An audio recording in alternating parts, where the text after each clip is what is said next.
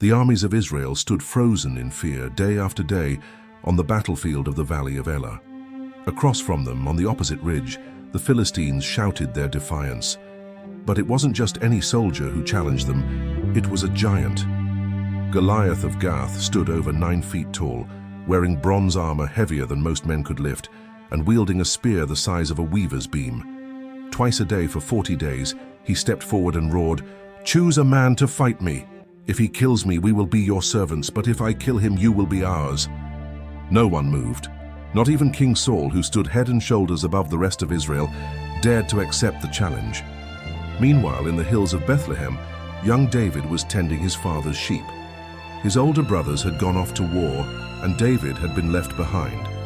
But one morning, his father Jesse handed him a basket of bread and cheese and sent him to the battlefield to check on his brothers.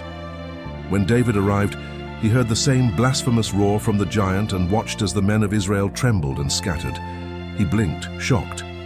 "Who is this uncircumcised Philistine that he should defy the armies of the living God?" he asked, almost incredulous. The men scoffed, "Now go back to your sheep, boy, this isn't your fight." But David wouldn't be silenced. Word of his boldness spread quickly and soon reached Saul, who summoned him. Saul looked at the young shepherd and frowned. "You are not able to fight this Philistine. You're just a boy." David stood tall, not in size but in spirit. "Your servant has killed both lion and bear. This Philistine will be like one of them. The Lord who delivered me before will deliver me again." Moved by David's faith, Saul reluctantly agreed. He tried to outfit David in his own royal armor, but it hung awkwardly on him, like a child wearing his father's clothes.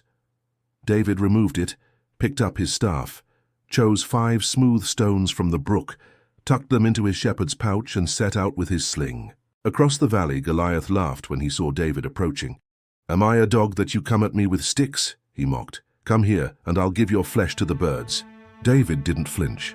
He raised his voice so all could hear. "You come against me with sword and spear and javelin, but I come against you in the name of the Lord Almighty, the God of the armies of Israel, whom you have defied. This day the Lord will deliver you into my hand." As the giant lumbered forward, David ran to meet him. In one smooth motion, he reached into his bag, pulled out a stone, and slung it. The stone flew with divine precision and struck Goliath right between the eyes. The giant staggered, eyes wide, and fell face first to the ground with a thunderous crash. Silence, then a roar. Israel surged forward as the Philistines turned and ran, their champion defeated. David, the shepherd boy, had felled the warrior no one else dared to face. With Goliath's own sword, he cut off the giant's head and held it high for all to see. From that day on, David's name echoed throughout Israel. But David didn't boast. He knew the battle had belonged to the Lord. That stone might have been guided by his hand, but it was launched by faith and powered by heaven. David's victory over Goliath became more than just a military triumph. It became a symbol of God's power to use the unexpected, the overlooked, and the underestimated to overcome what seems impossible.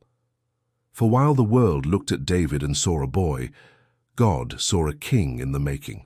If you are loving this video, please hit both that subscribe and like button to help this message to spread far and wide. Check out the rest of the Bible Stories playlist to enjoy heartwarming events of the Bible brought alive. Thank you for supporting the Wake Up channel. God bless you.